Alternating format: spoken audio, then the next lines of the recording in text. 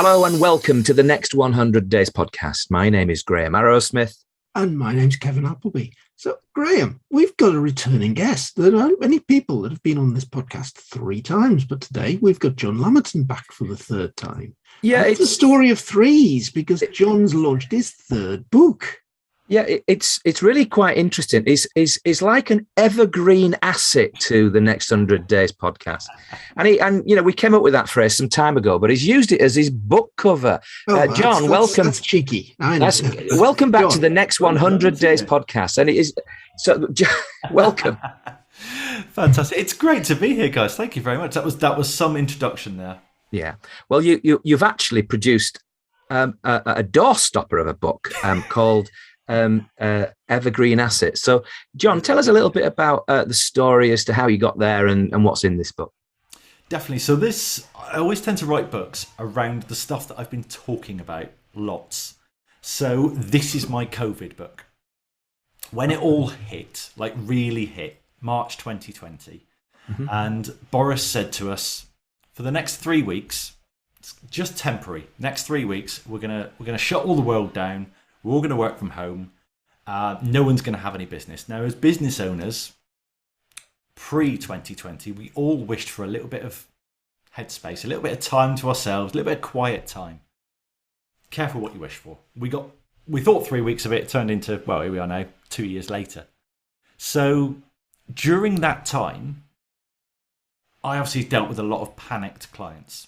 Oh my God, what am I going to do?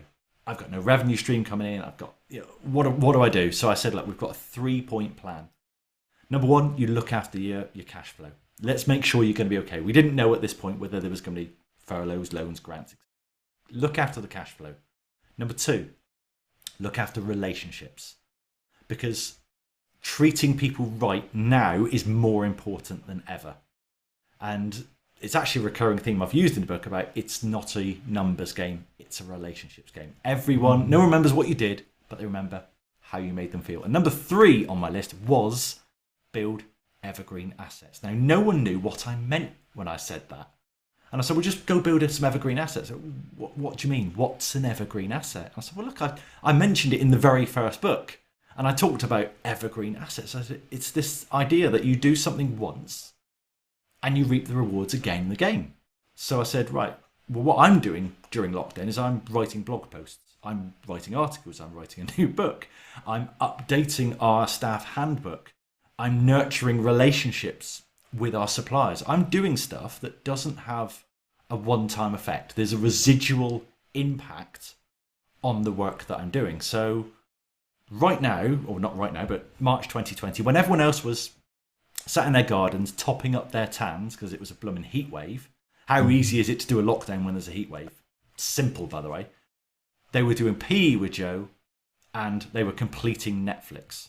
I was sat in my office bashing a keyboard and it was horrible. But when we came out of that first lockdown in June, all of a sudden I was breaking records left, right and centre. My SEO went through the roof. My open rates on my emails doubled. The relationships with the suppliers, all those suppliers that I just checked in on once a week, just didn't sell them anything, made sure they were okay. Suddenly, I was the first person they called. So I built evergreen relationships. I built evergreen assets there. And it's that idea that you do the work once and reap the rewards again and again and again. A really good example of that. We're recording this just before Christmas. And anybody of a certain age might remember the pop group Mud. And in Mud, the lead singer was, just remind me of his name. Les Gray. I've got the wrong band. It's not him. No. I've really screwed this up. You're thinking about Noddy Holder and Slade, aren't you? Slade, that's it. Yeah, I'm not good at music. Whatever you do, don't get me on a pub quiz team because I'll lose you more points. It is just before Christmas, and I've been listening to Ken Bruce this morning, had Champions League Popmaster on, and guess what? Graham Arrowsmith wasn't one of the contestants. Well, there you are. I mean, no, seriously, Slade, and their lead singer or the guy in charge of it was a guy called Noddy Holder. So tell us about Noddy Holder. That's it. So yeah, Noddy Holder originally began life as a kind of flower power act. It seems strange to think of it now, but he was originally Neville John Holder. and he had this flower power band. And he wrote this song in like 1967, I believe. Buy Me a Rocking Chair was the name. Very Bob Dylan-esque. And he didn't like it. He never released it. He said, don't like that. By August 1973, Slade had become one of the biggest bands in the UK. Glam rock was a thing. Noddy Holder was now the main star. So their manager, Chas Chandler, come to them in kind of the summer of 73 and said, lads, we should do a Christmas song. And they're like, I don't know about that. And then eventually, I think it was Jim Lee, the bassist from Slade, said, Noddy, you got, remember that old song you had? Buy Me a Rocking Chair. He said, I reckon we can play with that. So they went home, they went out rather, and they got very, very drunk, which is always the best way to be creative. They went out and got absolutely plastered. Noddy went home to his mum's house in Walsall and stayed up all night.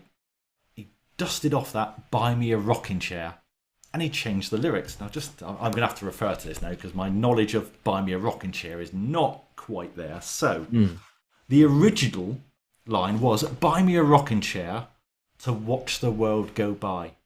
And he changed that line to, so here it is, Merry Christmas, everybody's having fun. And the second line, buy me a looking glass, I'll look you in the eye, became, look to the future now, it's only just begun. They headed over to New York, August 1973, a massive sweaty studio. They pretended it was Christmas. Noddy did the whole "It's Christmas" thing when it absolutely wasn't. And they thought no more of it. Christmas that year, that goes to number one. Now, in this day and age, this is unheard of, but it stayed at number one until the middle of February.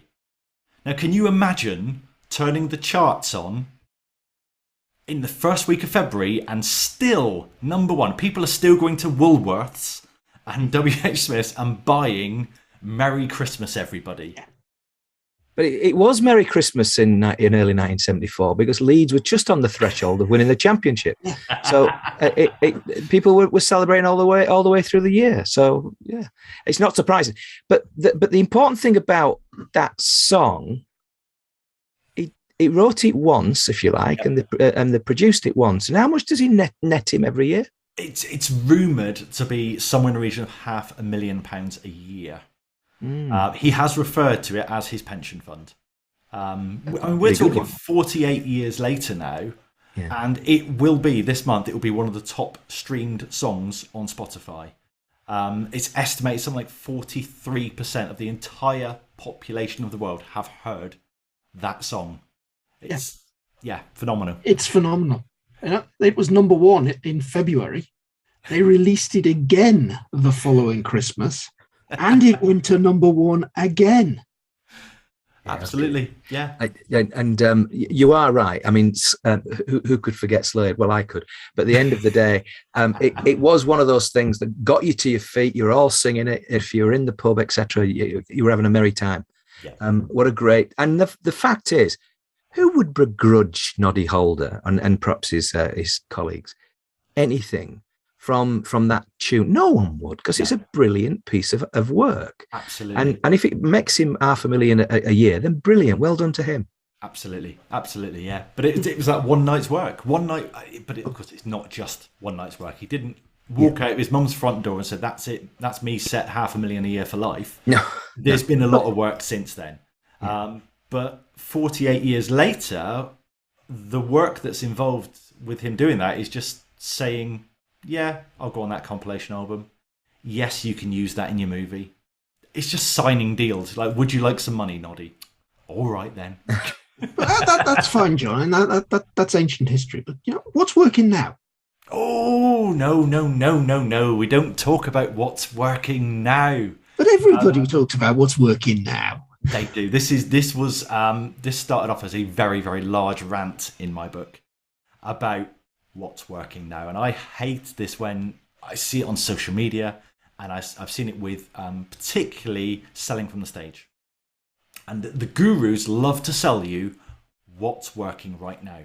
The reason behind that is because they can immediately say, well, the reason you guys aren't successful is because you're not doing what's working right now. You're using an outdated model.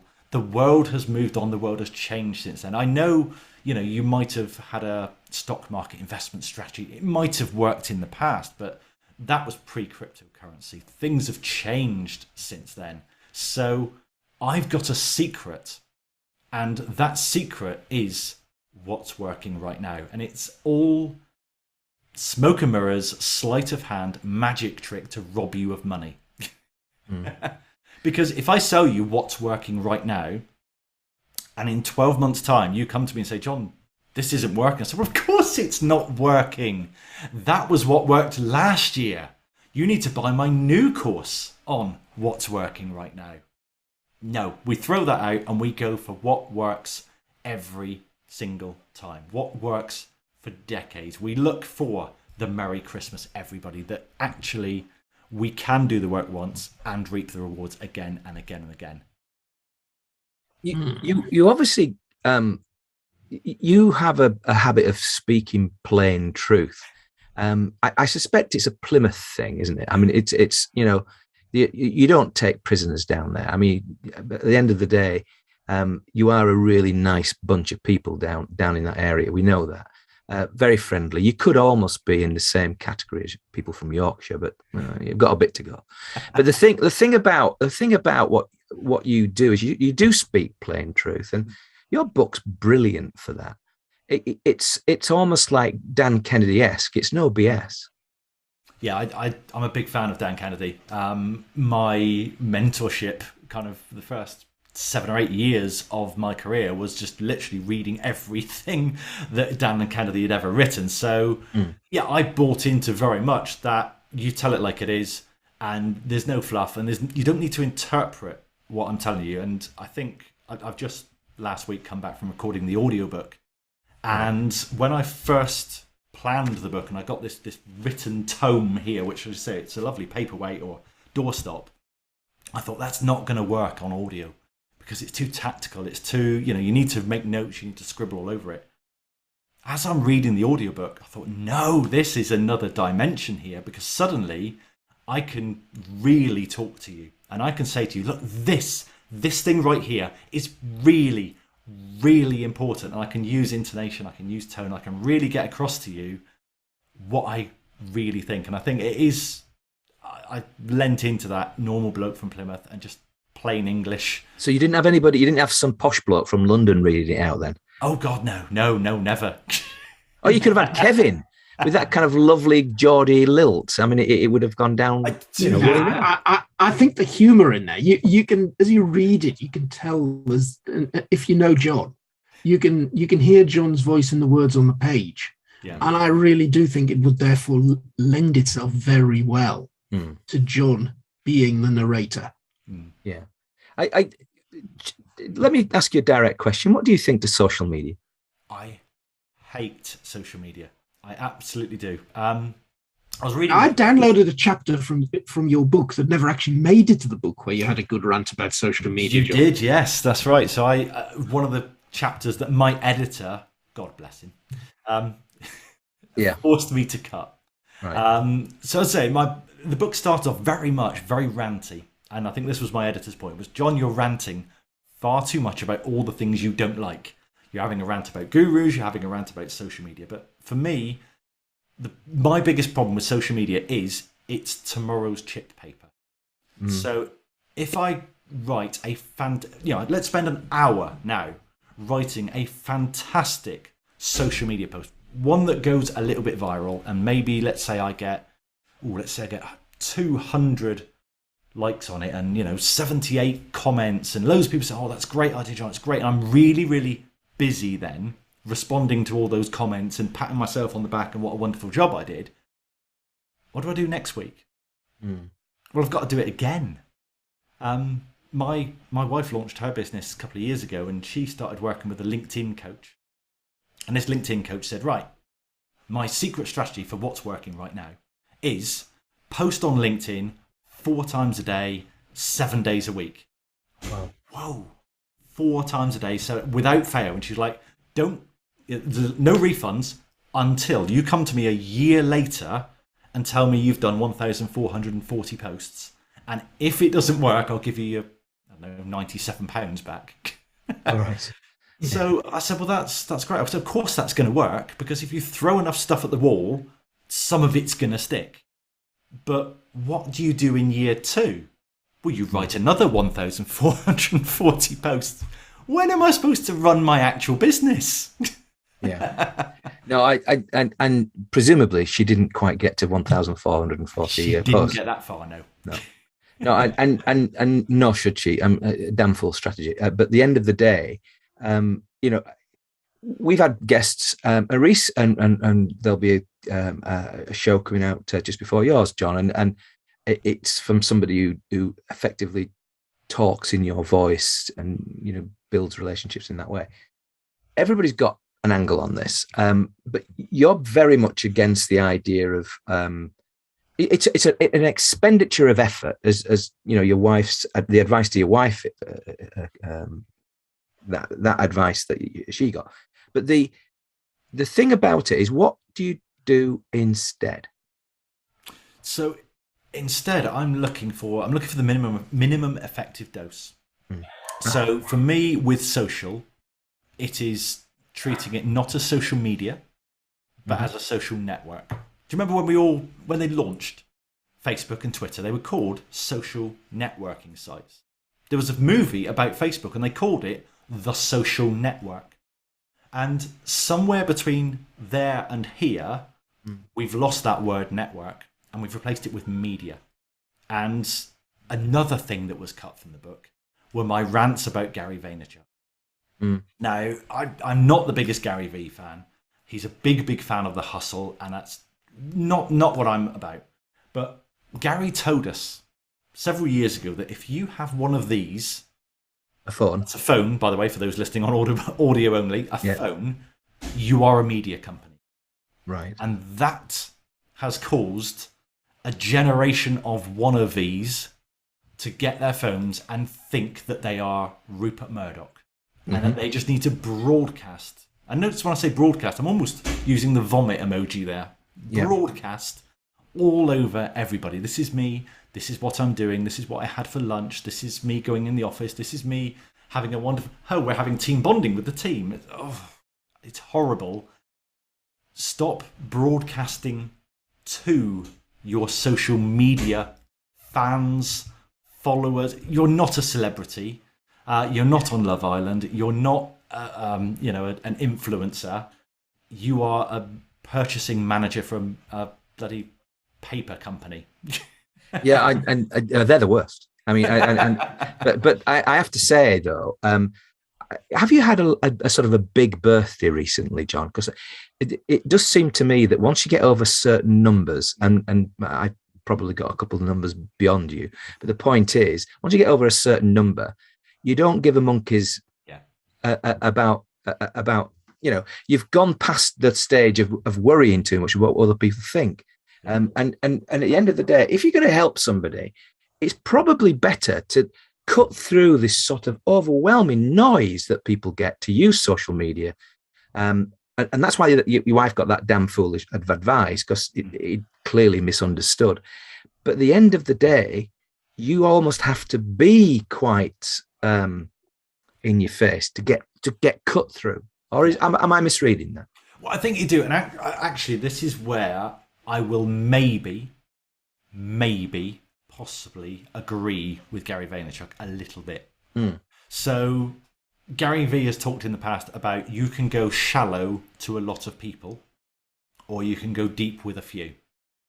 And the killer thing for me is to go deep with a few. Yeah. So actually, the way I get through is not by throwing lots of stuff at the wall and just trying to by commenting, I agree, great post on 250 different people's posts. No, what I want to do is actually get to know Graham Arrowsmith and Kevin Appleby, and actually get to know you guys and know the football teams that you support, know where you're from, know what your businesses are, know a bit about you, you know a bit about me. Oh, that's almost like a network. It's like we network socially online on an online platform. It's almost like what it was intended for. That's it. It's about relationships. Yeah. That is entirely what it's about. But you talked earlier, didn't you? You mentioned the idea of an evergreen relationship. I'm pretty sure you said that. And if you didn't, then you should. But basically, seriously, I do think, I mean, Kevin and I have got an evergreen relationship. Ever since he stalked me some 6 or 7 years ago, we've been firm friends. Yeah. You know, I mean, if he hadn't have bothered, then I'd have probably just gone off and never done a podcast, the whole thing. But it was all to do with Kevin's determination to do the things that he was good at. Now, I thank him. I thank him for that because, to be honest, we've had a lot of fun, and we wouldn't have met you. So, well, maybe we would, but I steered clear a little bit. Well, there's highs and lows, aren't there? Every cow. But the evergreen relationships, evergreen assets is a brilliant idea. Is there something that you can sort of share from this fairly big book that sort of people might sort of take away and think, crikey, that's worth buying? Well, I would hope so. The main thing is, and I've got this across hopefully on the cover. Again, apologies to those listening on audio, but there is what I call an ecosystem here. And that is my entire business ethos in 6 asset classes. So basically, it's getting leads into a system. Not leads as in leads. No, I get it. But we're getting leads into a system because no business can survive without leads unless you have one customer, in which case you're very vulnerable. So we need leads into our system. We need to nurture those leads. We need to make friends with those leads. We need to build relationships with those people. We do need to sell to those nurtured leads at some point. So we need some sales assets. We need to convert prospects into customers. One of my favorite sections of the book is the fulfillment assets. And this is where we make our customers' burgers look like the one in the pit. Because this is where most businesses fall down. Particularly, dare I say, where you've got someone like me running the business who is a marketer. Because the marketers go, we're brilliant, we're fantastic, this will be the best thing you've ever done. You won't regret this, trust me, it's going to be brilliant. And then when you get there, you open up your polystyrene box and you look at your burger and you think, what the hell is this? So fulfillment is giving them what they want. The last 2 asset classes are very, very important as well. So there's admin, which I'm a former civil servant, so I'm not a big fan of admin, but it's so important for making sure things actually work within your ecosystem and they aren't falling down. And then finally, viral. Now, viral is the key thing that makes the whole business evergreen because it turns one customer into more than one, and it puts more free customers back into your ecosystem. So once you have established, and everyone's got an ecosystem, they've all got this machine that is their business. And all Evergreen Assets is about finding out which elements of your machine need the most work. Where can you get the biggest cog in place? And in your experience, John, where do you think that is? It's different for everybody. It genuinely is. I think for a lot of people, they will, particularly if they're like listening to the book, I think they'll be naturally cringing during one of the asset classes. So they will know if the phone's not ringing, well, we need more leads.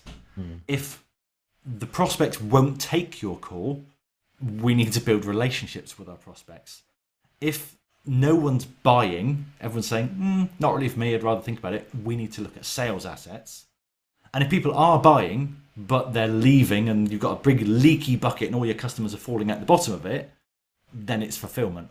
If you've got happy customers coming in, but you are drowning and you are working 100 hours a week, harder than you want to be, admin is where we need to look.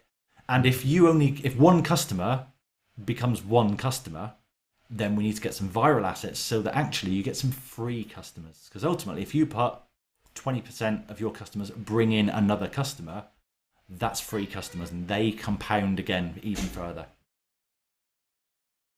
You've obviously done a huge amount of research, and obviously that period when in the lockdown, the first big lockdown, that basically gave you a bit of a head start, I guess, and that made it possible to do this. But there's an awful lot of work in this. Has that come from the Kennedy sort of inspirations and just your life experience? Because you use the word viral, but I would use the word referral. Yeah. I mean, I think I like the idea that you're using viral because it has other connotations as well. It does. I managed to start the viral assets chapter with a section about the R rate, and might have mentioned a certain virus that's going around at the moment, purely because people understand that is a virus. It replicates. Its job is to replicate. So actually, we need to do the same for your customers. And when people understand, if I say the R rate is 1.2, they kind of understand what that is. They've been used to hearing it alongside the FTSE 100 pound to dollar ratio and the pollen counts at the moment. Yeah. So if I say to you, right, your R rate of your business is, if you can get your R rate of your business to 1.5, that is for every 10 customers that come in, you get 5 free. Yeah. Because of compounding, those 5 then come in, they bring another 1 in, that 1 brings in another 0.5. You end up with twice as many customers. If you pay, you do Google ads, you do Facebook ads, you pay to bring in 1,000 customers, you will get 1,000 for free if your R rate is 1.5. If you bring in 50% referral, now that's a high, very high referral. It is very high, but if you had to get, if you were to be lucky, lucky is the wrong word, but if you got 1.5, what would be the characteristic of the actions? What would actually you be doing to get that level of R rate? So there's a couple of assets within the asset class. So each asset class has a number of assets that you can deploy. And I like to think of it in terms of that machine and the cog again. So you've got large cogs, you've got medium cogs, you've got cogs that interact with each other. So for me, I look at what makes things go viral. Yeah. What actually causes it. And one of the things I like to do is give people stories. And there's an example I use in the book of one of my business partners actually, who went on a bit of a health transformation during lockdown actually. So I would imagine he lost about 6 stone and completely unrecognizable as the same person. But crucially, his gym, the guys that delivered the transformation for him, they put him on a food and exercise diet and exercise plan. They filmed the entire thing. So the first thing we see is photos of Dave not looking very healthy, the really unflattering before photos. Yeah. The next thing we see is Dave 6 weeks into his challenge talking to the camera, saying, "Hi, yeah, I've always struggled in the past. I nothing's really stuck for me. I don't know what I'm doing. I'm hoping this is going to work. I've had some good results in the first 6 weeks, but I'm not sure." Then we fast forward a year. And all of a sudden you see this ripped guy with just muscles bulging everywhere, throwing kettlebells around and swinging battle ropes and jumping up on boxes. And it cuts then to this chiseled guy, like, who the hell is this? And he's like, yeah, this was the best thing I ever did. Now what they've done there is they've taken a year's worth of transformation and they've put it in a 2-minute and 32-second story. And if you can give your customers and your prospects stories of how you have changed your customers' lives, then they will share that story. Dave shared that video on his social media. On his social networking platform. Not on social media. The gym shared it. His friends shared it. That video has been seen thousands and thousands of times. I've written about it in the book. I've sent a video out to all of my members saying, watch this video. Not for didn't Dave do well, but just look at what the gym did. The fact that they took this little story, and this is the crucial part, the gym are hardly mentioned. The video is all about Dave. It's all about Dave, and it is the Dan Kennedy formula. Where was Dave? Dave was in pain. Let's agitate that pain. Let's say how horrible it was. Well, how did that affect you, Dave? What about keeping up with the kids? Were you worried that you weren't going to be around for much longer? Did you have much energy? Let's aggravate that pain. And then we see the results afterwards. Well, what's the solution? Now, the solution, of course, is not what's working right now. It's not, I've got a magic diet pill. It's hard work.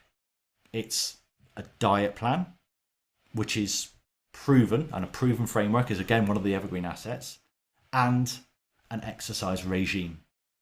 You will do the work. If you do the work, these are the results you get. There's the solution. Oh, and by the way, we can do that for you. And that is that little aside at the end. It's like, yeah, Dave did all the work. Dave's the hero, and it's that hero's journey wrapped up in a story that makes it shareable. Now, you put that into a referral system as well. And I know a lot of, I referenced Jay Abraham had done some work in that sort of sector with gyms.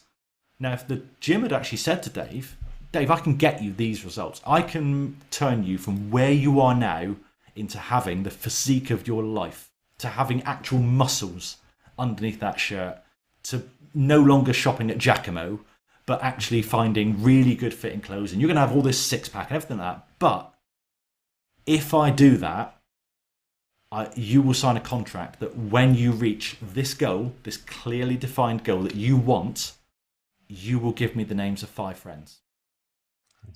And I know businesses that have done that, and it's great because it creates that pressure of you don't have to ask for a referral because it's expected. If I deliver the results, you agree to tell other people who want those results. And of course, you'd be more than happy to because you've just had the results that you've always dreamed of. It wouldn't be difficult, would it? Because people would be saying, heck, what a transformation. Yeah. How do I? Absolutely. Yeah. It takes it, it's putting a system in place for something that happens naturally. When Dave meets someone in the street a year later, let's say, I don't know, for some reason we were all locked in our houses for a year. And then suddenly you saw Dave in the street. The first thing you're going to ask Dave is, oh my God, what did you do? How did you lose all that weight? So all they've done is create a process for, oh my God, how did you do that? That's a brilliant example. Yeah. John, one of the things I loved about your last book, Routine Machine, you told some really good stories. And if I meet somebody who can manage to bring the Arsenal back four into a business book, then I'm definitely going to be there and reading it. So now, have we got any similar stories, the Arsenal back four, coming up in Evergreen Assets?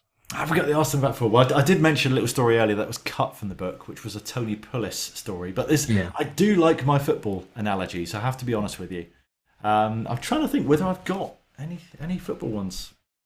No, I think the main one I can think of is that Tony Pulis story, which I don't know is suitable for broadcast. No, but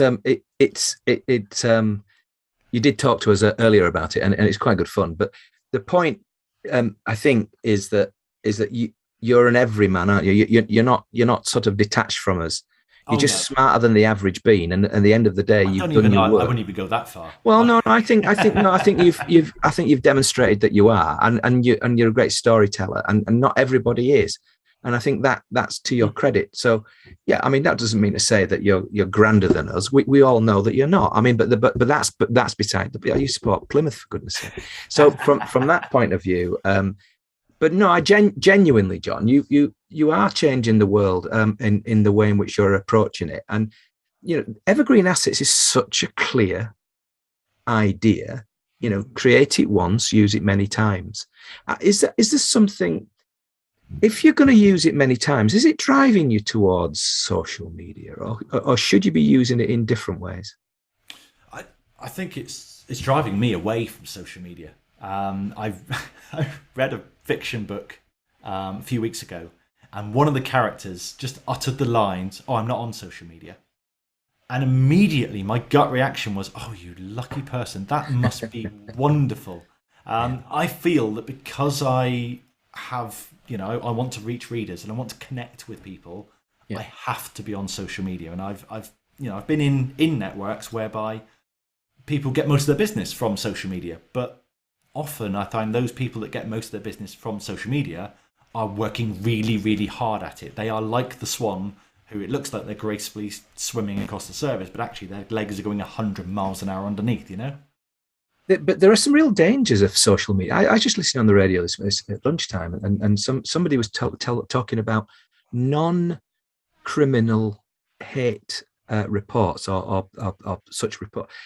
and the police are recording things. So I think this guy particularly, I think he retweeted something which, somebody was offended with. And, frankly, you have every right to offend somebody as long as you don't overstep the mark and call them X, Y, and Z that are, is effectively not right.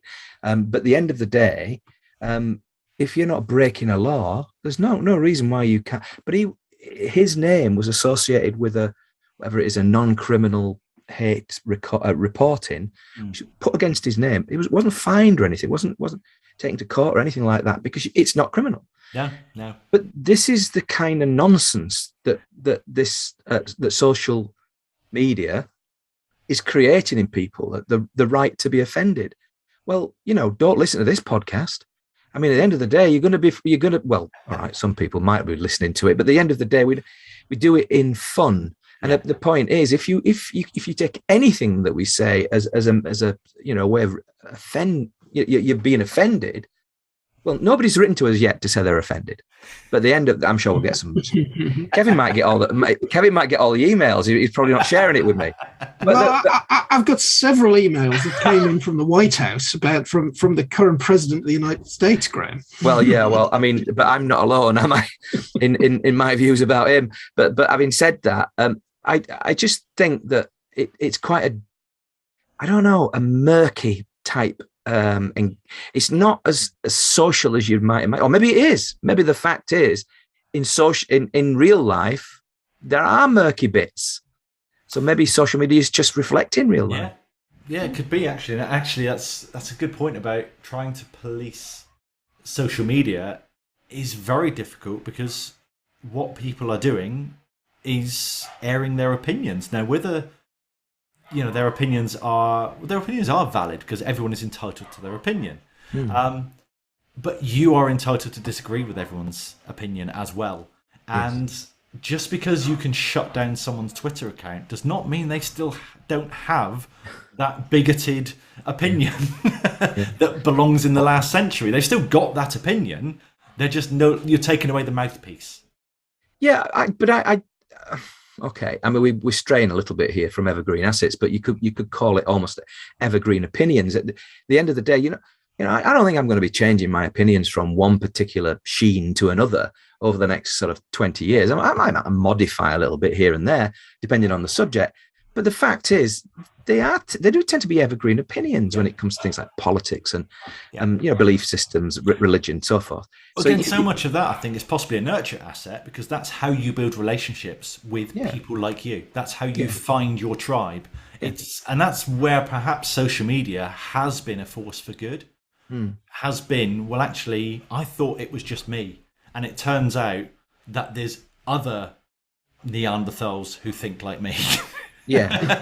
And we can all hang out together, But that is the thing. I mean, find your niche is always the thing that people will tell you if you're starting up an online business. And the thing about the way social has gone, you go into Facebook, there are Facebook groups about just about everything under the sun. Oh, yeah.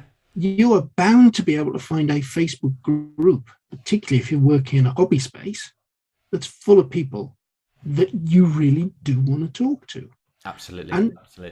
I think there's a real reason for using social, not as media, not shouting me all the time, but social network.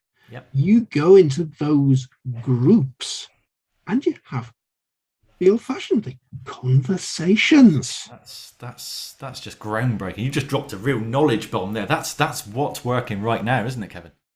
Oh, absolutely. That's what. Well, funny enough, conversations that's been working since. Yeah, I mean, a lot of the. I've referenced Dale Carnegie multiple times in this book. Now, this is a book ultimately with a little bit of digital marketing and 21st century marketing, but I'm referencing Dale Carnegie and Thomas Smith from 1885. This is stuff that has always worked, and it's not groundbreaking. Human nature doesn't really change that much, does it? Really? No. And that we just got things around us that make your views known. And the one area where I would say that social media companies haven't done particularly well is when young teenagers are effectively being bullied into their homes. Now, back in the day, you'd be bullied at school and you'd escape home and your friends would get you out of there. But the point is, the bullies come all the way into your bedroom. Yeah. You turn on your phone, they're still there. And that I think is something that, these people want their platforms to be protected, so they're not the same as publishers, but we all know they are.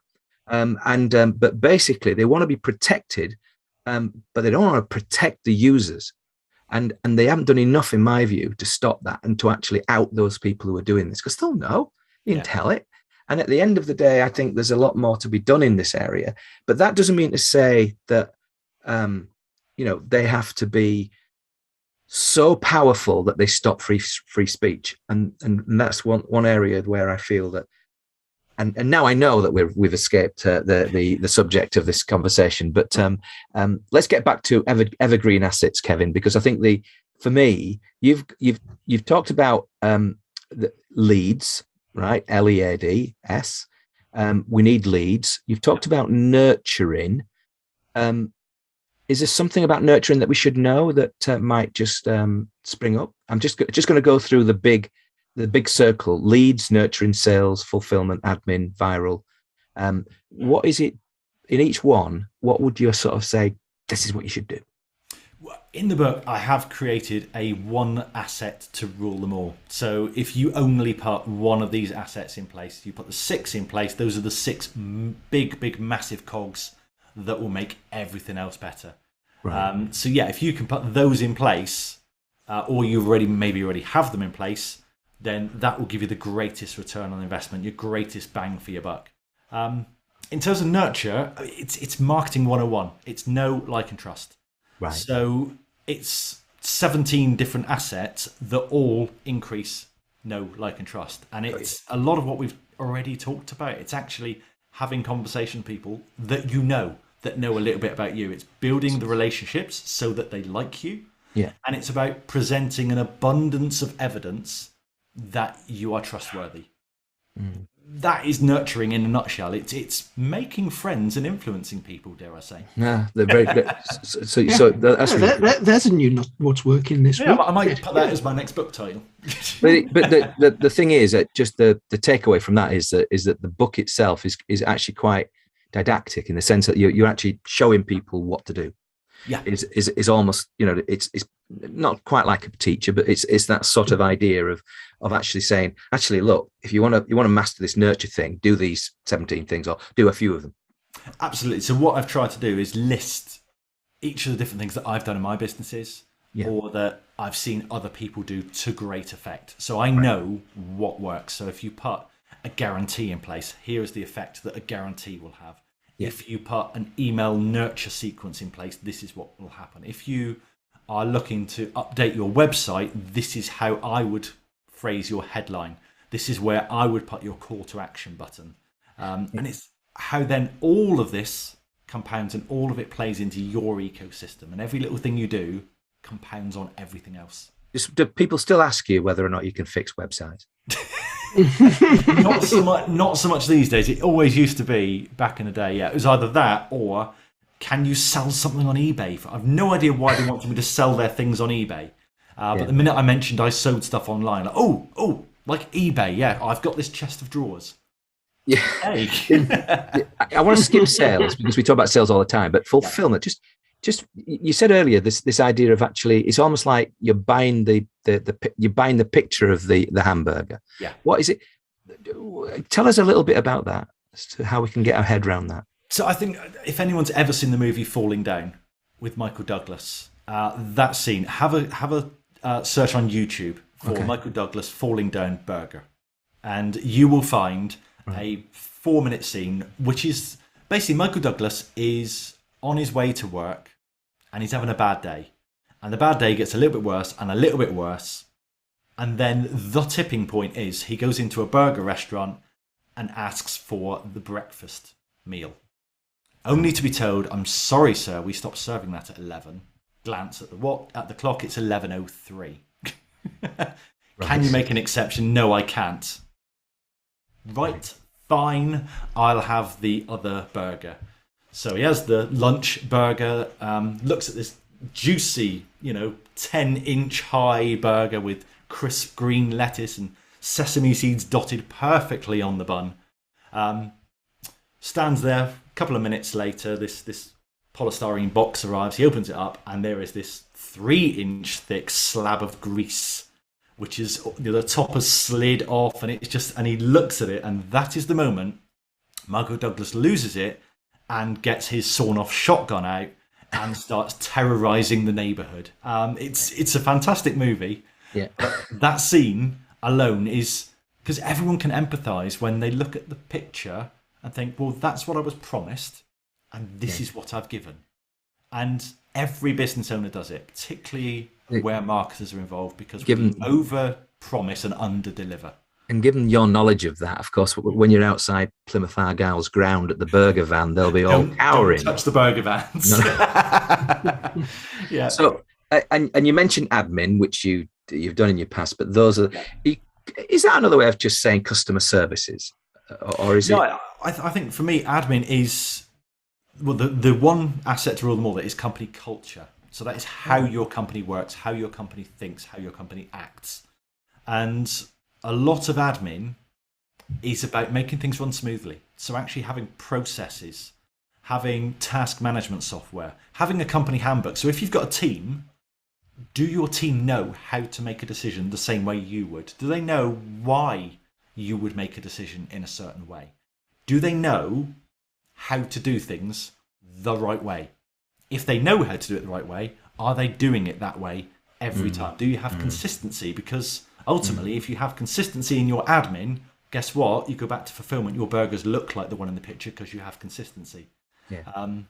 And you avoid mayhem in the streets with somebody with a sawn-off shotgun. Exactly, yeah. I remember learning that lesson on a management training course. And we were in the room. They used it as one of the icebreaker events at the beginning as well. But we were put into teams. We were given a box full of, Graham will love this, Lego bricks. Yeah, well done. And the game was simple, that you had to build a tower out of the Lego bricks.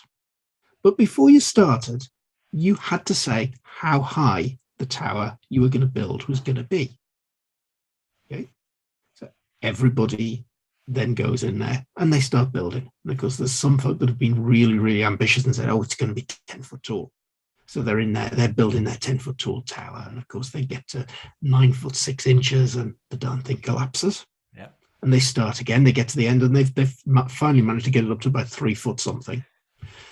Then there's people that have set the target somewhat lower. Oh, we'll build it at 3 foot. And they come along and, oh, that was easy. Oh, we'll stick an extra 2 foot on it. Fine. Then there was another team that pretty much said, well, we'll build a 4 foot tower and we'll do it this way and that way. And yep, they put a 4 foot tower this way and that way. And they stopped. And then we discovered how it was going to be scored. And you got 100% of the marks if you'd reached the height of the tower that you said you were going to. Mm-hmm. And if you'd gone beyond that, you got marks knocked off. Mm-hmm. And if you'd gone less than that, you got a huge amount of marks knocked off. And the whole point of the exercise was to say, you specify what you're going to do for the customer and give him exactly that. Mm-hmm. Do not try to give him more than he asked for, because he'll look at this in the same way as the burger and say, no, that wasn't what I wanted. I think in the book, John, you've got an example of the customer wanted pepperoni. Why have you given him ham and pineapple? Yep, it could be the best. Why would you chuck a few extra bits of pineapple on a pepperoni pizza? Customer does not want them. And that's it. The tower that fell down was only 3 foot high when he wanted 10 foot. You're the same as the Michael Douglas with the burger. I can understand why that would have been a good, icebreaker for the kind of person that you were at that time, Kevin, that sort of consultant and so forth. But isn't there something that says what you said earlier, John? This idea that you want that image in somebody's mind, a customer's mind, long after they spent, a couple of £1,000 with you, 4 years ago or whatever, and like, let's say they're not spending any money with you now, but if they have a really good appreciation of you, that is extra. You have gone a little bit beyond, haven't you? Isn't that really what that means? That the relationship is beyond the deliverable. The deliverable is the deliverable, and that's like drilling somebody's tooth. But the actual, the extra bit is the relationship, and all those things. Or have I got that? No, I think you're right there. It is the more nurturing you do, the more forgiving customers will be when things go wrong. Yeah. And one of the examples I used, one of the fulfillment assets, is a feedback loop. So just asking, again, you go to the pizza restaurant, it's that question: is everything okay with your pizza? Is there anything you need? Is everything okay? You don't seem to be eating that. It's literally just noticing when things go wrong and then fixing them. So customers don't expect perfection. No. What they do expect is for you to care when things do go wrong. And that comes back to nurturing again, because you've already demonstrated that you care.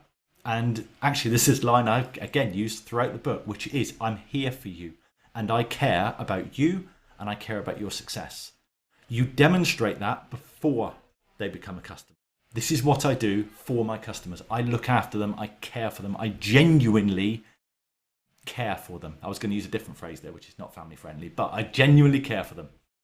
When they become a customer, guess what? You've got to make your burger look like the one in the picture. You've got to actually care. You've got to actually prove that you live the way you say you do, and then giving them what they want. And that is, fulfillment assets are all about making sure, absolutely sure, beyond a shadow of doubt, that they have got what they want, not necessarily what you deliver.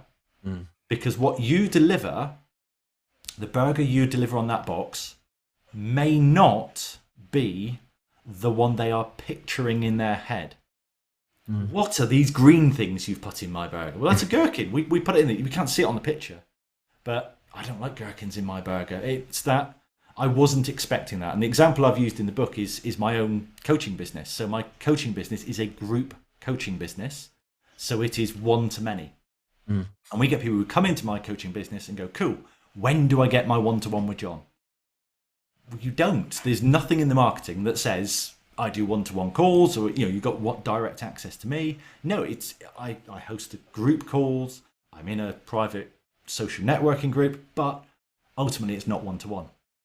Now that immediately is a burger picture disconnect. Immediately they've gone, well, in my head I'm picturing that I'm going to get direct access to John.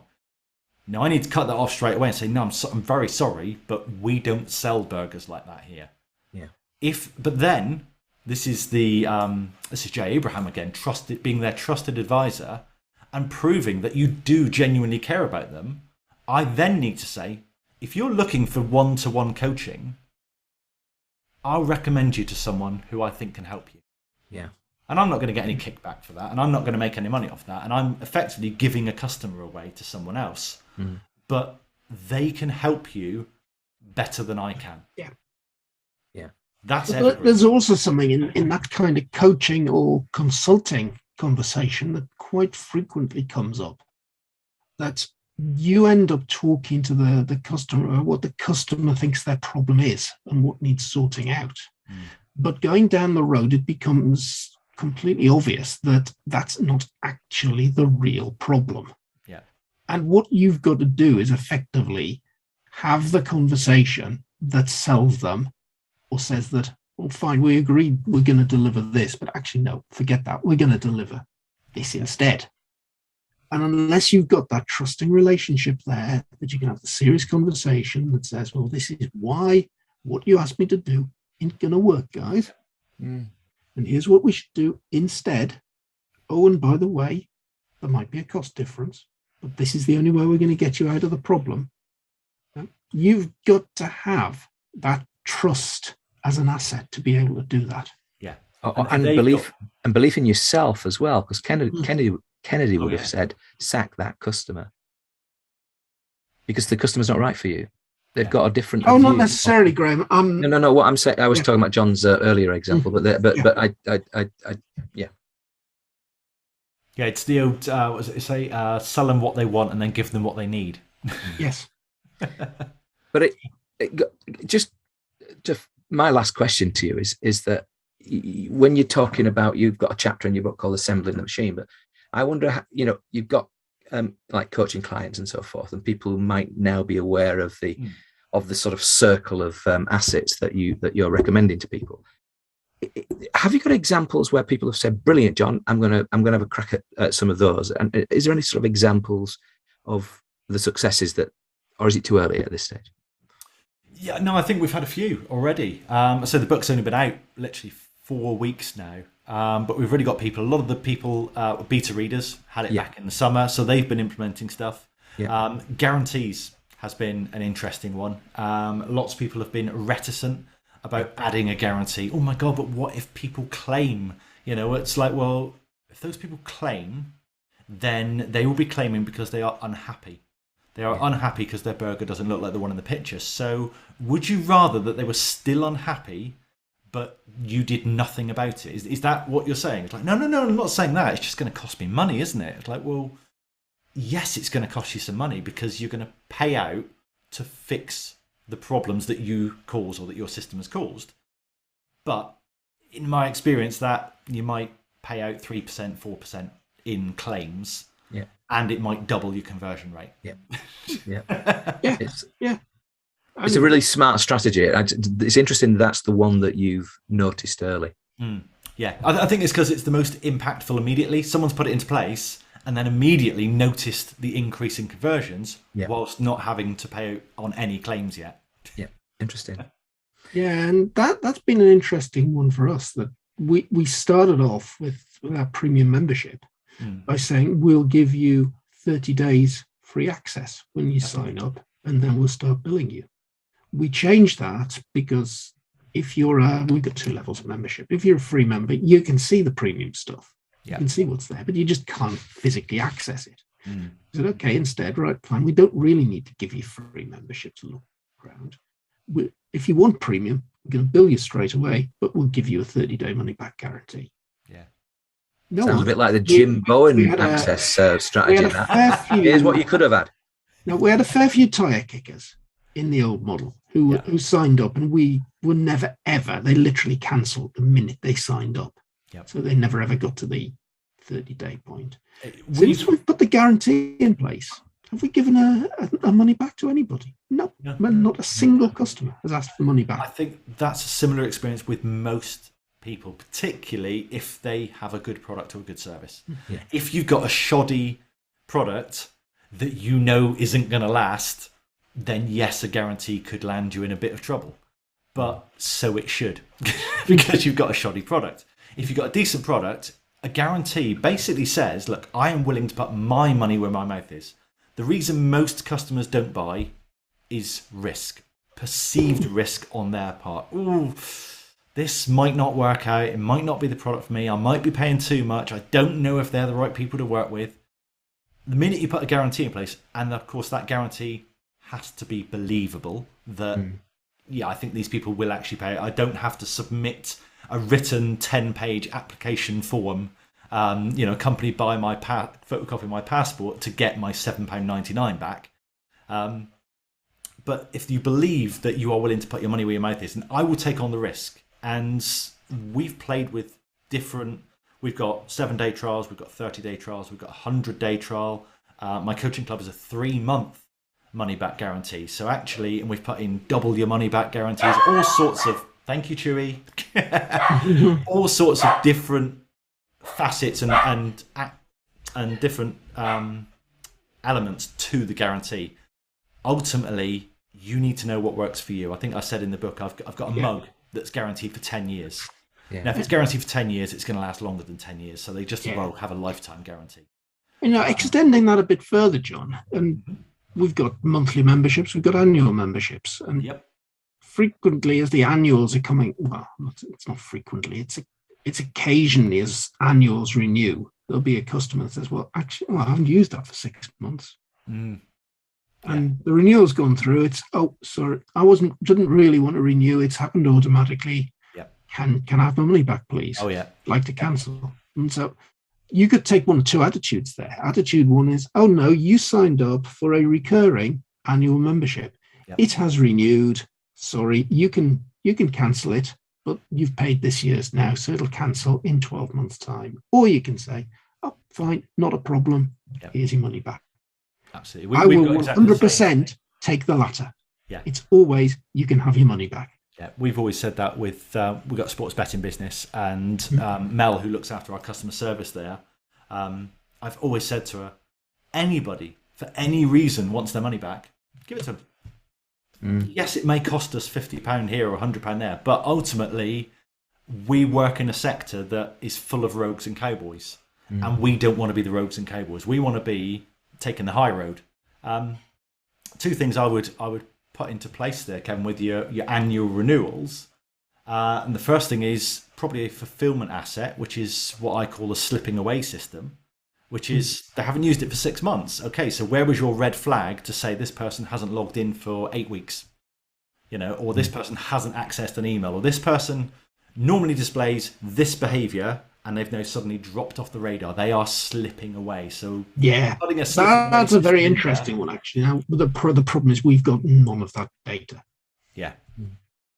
Yeah, it's finding that way, or it could be just a nudge. So actually the slipping away system could be, okay, the renewal is due on the 1st of March. Mid-January, I'm just going to check in with them. Go have a quick phone call, catch up, how are things going? Oh, I've not been using it. Oh, haven't you? Why not? Let's get you sorted. Let's get you back on track. This isn't just to let you know I'm going to be taking your credit card again next week. This is quite a way ahead of that. It's, are you on track? And this is, which asset is that? So that's going to be a fulfillment asset as well, the proven framework. Keeping them on the proven framework. You've got successful customers who do renew every 12 months.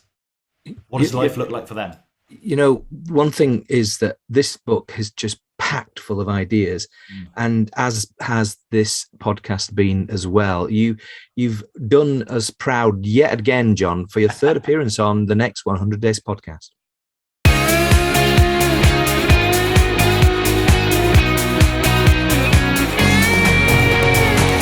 Well, Graham, I'm actually really enjoying reading John's book, and it is a fair tome, and I feel as though I've read loads of it. I'm reading it on Kindle app on the iPad, and going through page after page after page, and I look down the bottom and I say I'm only 11% in there, and I'm only in the first of his 7 classes of assets. There is a goldmine of stuff in that book, and I really would encourage folk to read it, because you'll find something that is relevant to your business that you're not doing quite right, and you can take advantage. And whatever business you're running,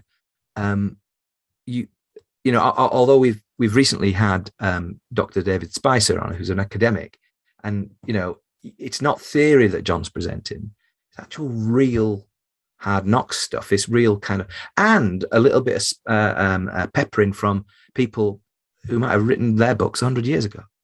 And if there is a massive amount of detail that you can actually take advantage of and actually improve the business that you do day in, day out. So John Lamerton's Evergreen Assets, do the work once, reap the rewards again and again and again. That'll be a football reference in there, because he does mention 3 rather great footballers who are the sort of flash in the pan players, all right, who might just win you a game. And then he says, yes, but will they be any good on a wet Tuesday night at Stoke City? No, well, I don't know about that. Our team at the moment do not have those types of players. Bielsa would never allow for anybody just to be wandering around doing sod all. But that's another story, and we'll get back to that at another time when Leeds start winning again, and that might be well into 2022. Anyway, today, I've been Graham Arrowsmith. I've been Kevin Appleby. Goodbye. Goodbye.